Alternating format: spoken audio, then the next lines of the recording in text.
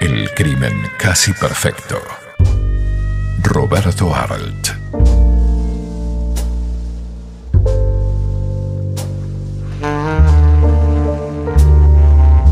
La coartada de los 3 hermanos de la suicida fue verificada. Ellos no habían mentido. La señora Stevens se suicidó entre las 7 y las 10 de la noche. El mayor de los hermanos, Juan, permaneció desde las 5 de la tarde hasta las 12 de la noche detenido en una comisaría por su participación imprudente en un accidente de tránsito. El segundo hermano, Esteban, se encontraba en el pueblo de Lister desde las 6 de la tarde de aquel día hasta las 9 del siguiente y, en cuanto al tercero, el doctor Pablo, no se había apartado ni un momento del laboratorio de análisis de leche de la compañía ERPA, donde estaba adjunto a la sección de dosificación de mantecas en las cremas. Lo más curioso del caso es que aquel día los 3 hermanos almorzaron con la suicida para festejar su cumpleaños y ella, a su vez, en ningún momento dejó traslucir su intención funesta. Comieron todos alegremente.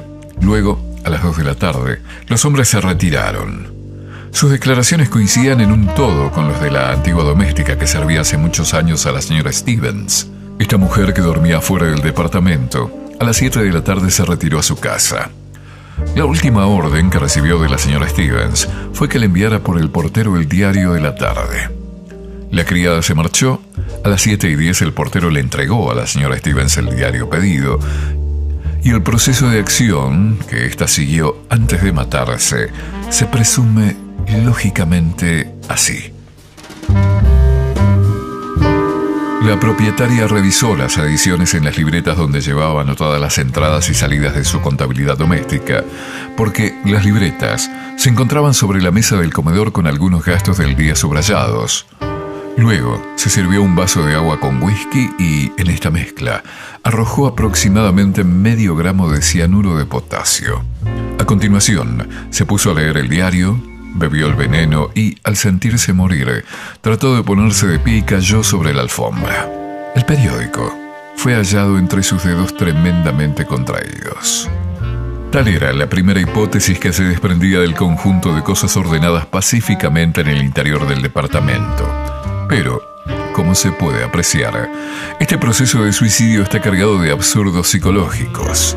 Ninguno de los funcionarios que intervinimos en la investigación podíamos aceptar congruentemente que la señora Stevens se hubiese suicidado. Sin embargo, únicamente la Stevens podía haber echado el cianuro en el vaso. El whisky no contenía veneno. El agua que se agregó al whisky también era pura. Podía presumirse que el veneno había sido depositado en el fondo o las paredes de la copa, pero el vaso utilizado por la suicida había sido retirado de un anaquel donde se hallaba una docena de vasos del mismo estilo, de manera que el presunto asesino no podía saber si la Stevens iba a utilizar este o aquel. La Oficina Policial de Química nos informó que ninguno de los vasos contenía veneno adherido a las paredes. El asunto no era fácil. Las primeras pruebas mecánicas, como las llamaba yo, nos inclinaban a aceptar que la viuda se había quitado la vida por su propia mano, pero la evidencia de que ella estaba distraída leyendo un periódico cuando la sorprendió la muerte transformaba en disparatada la prueba mecánica del suicidio. Tal era la situación técnica del caso cuando yo fui designado por mis superiores para continuar ocupándome de él. En cuanto a los informes de nuestro gabinete de análisis, no cabía dudar. Únicamente en el vaso donde la señora Stevens había bebido se encontraba veneno. El agua y el whisky de las botellas eran completamente inofensivos. Por otra parte, la declaración del portero era terminante. Nadie había visitado a la señora Stevens después de que él lanzó el periódico. De manera que, si yo, después de algunas investigaciones superficiales, hubiese cerrado el sumario informando de un suicidio comprobado, mis superiores no hubiesen podido objetar palabra.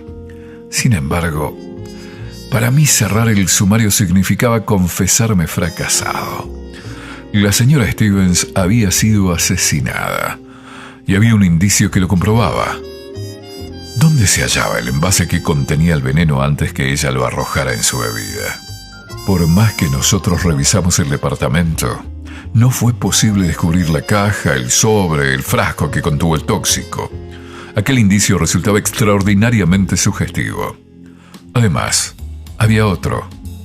Los hermanos de la muerta eran 3 bribones. Los tres, en menos de 10 años, habían despilfarrado los bienes que heredaron de sus padres. Actualmente sus medios de vida no eran del todo satisfactorios. Juan trabajaba como ayudante de un procurador especializado en divorcios. Su conducta resultó más de una vez sospechosa y lindante con la presunción de un chantaje. Esteban era corredor de seguros y había asegurado a su hermana en una gruesa suma a su favor. En cuanto a Pablo, trabajaba de veterinario, pero estaba descalificado por la justicia e inhabilitado para ejercer su profesión, convicto de haber dopado caballos. Para no morirse de hambre, ingresó en la industria lechera donde se ocupaba de los análisis. Tales eran los hermanos de la señora Stevens. En cuanto a esta, había enviudado 3 veces. El día de su suicidio, cumplió 68 años, pero era una mujer extraordinariamente conservada, gruesa, robusta, enérgica, con el cabello totalmente renegrido. Podía aspirar a casarse una 4ª vez y manejaba su casa alegremente y con puño duro. Aficionada a los placeres de la mesa. Su despensa estaba excelentemente provista de vinos y comestibles y no cabe duda de que sin aquel accidente la viuda hubiese vivido 100 años. Suponer que una mujer de ese carácter era capaz de suicidarse es desconocer la naturaleza humana. Su muerte beneficiaba a cada uno de los 3 hermanos con 230.000 pesos.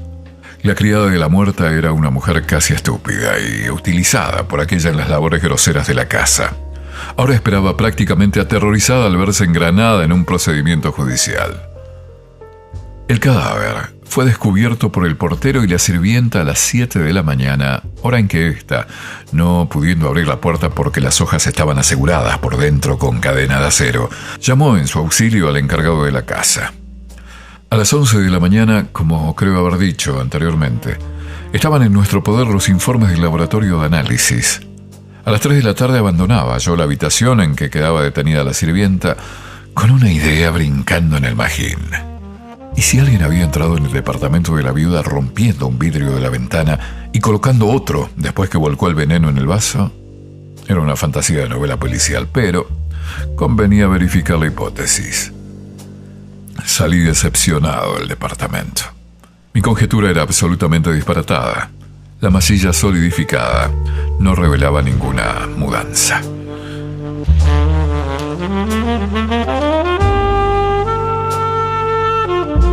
Eché a caminar sin prisa.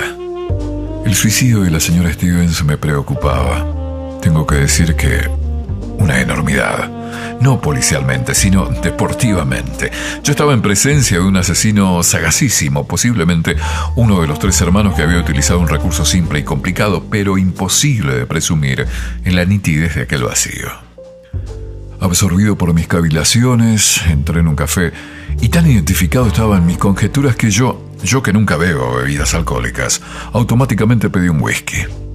¿Cuánto tiempo permaneció el whisky servido frente a mis ojos? No lo sé, pero de pronto mis ojos vieron el vaso de whisky, la garrafa de agua y un plato con trozos de hielo. Atónito quedé mirando el conjunto aquel. De pronto, una idea alumbró mi curiosidad. Llamé al camarero, le pagué la bebida que no había tomado. Subí apresuradamente a un automóvil y me dirigí a la casa de la sirvienta. Una hipótesis daba grandes saltos en mi cerebro. Entré en la habitación donde estaba detenida. Me senté frente a ella y le dije: míreme bien y fíjese en lo que me va a contestar. La señora Stevens, ¿tomaba el whisky con hielo o sin hielo? Con hielo, señor. ¿Dónde compraba el hielo? No lo compraba, señor. En casa había una heladera pequeña que lo fabricaba en pancitos. Y la criada, casi iluminada, prosiguió a pesar de su estupidez: ahora que me acuerdo de la heladera, hasta ayer, que vino el señor Pablo, estaba descompuesta. Él se encargó de arreglarla en un momento. 1 hora después, nos encontrábamos en el departamento de la suicida, el químico de nuestra oficina de análisis, el técnico de la fábrica que había vendido la heladera a la señora Stevens y el juez del crimen. El técnico retiró el agua que se encontraba en el depósito congelador de la heladera y varios pancitos de hielo. El químico inició la operación destinada a revelar la presencia del tóxico y a los pocos minutos pudo manifestarnos: el agua está envenenada y los panes de este hielo están fabricados con agua envenenada. Nos miramos jubilosamente. El misterio estaba desentrañado. Ahora era un juego reconstruir el crimen. El doctor Pablo, al reparar el fusible de la heladera, arrojó en el depósito congelador una cantidad de cianuro disuelto. Después, ignorante de lo que aguardaba, la señora Stevens preparó un whisky. Del depósito retiró un pancito de hielo, lo cual explica que el plato con hielo disuelto se encontraba sobre la mesa, el cual, al desleírse en el alcohol, lo envenenó poderosamente debido a su alta concentración. Sin imaginarse que la muerte la guardaba en su vicio, la señora Stevens se puso a leer el periódico hasta que, juzgando el whisky suficientemente enfriado, bebió un sorbo. Los efectos no se hicieron esperar. No nos quedaba más que ir en busca del veterinario. Inútilmente lo aguardamos en su casa, ignorábamos dónde se encontraba. Del laboratorio donde trabajaba nos informaron que llegaría a las 10 de la noche. A las 11, yo, mi superior y el juez nos presentamos en el laboratorio de la ERPA. El doctor Pablo, en cuanto nos vio comparecer en grupo, levantó el brazo como si quisiera anatemizar nuestras investigaciones. Abrió la boca y se desplomó inerte junto a la mesa de mármol. Lo había muerto un síncope. En su armario se encontraba un frasco de veneno. Fue el asesino más ingenioso que conocí.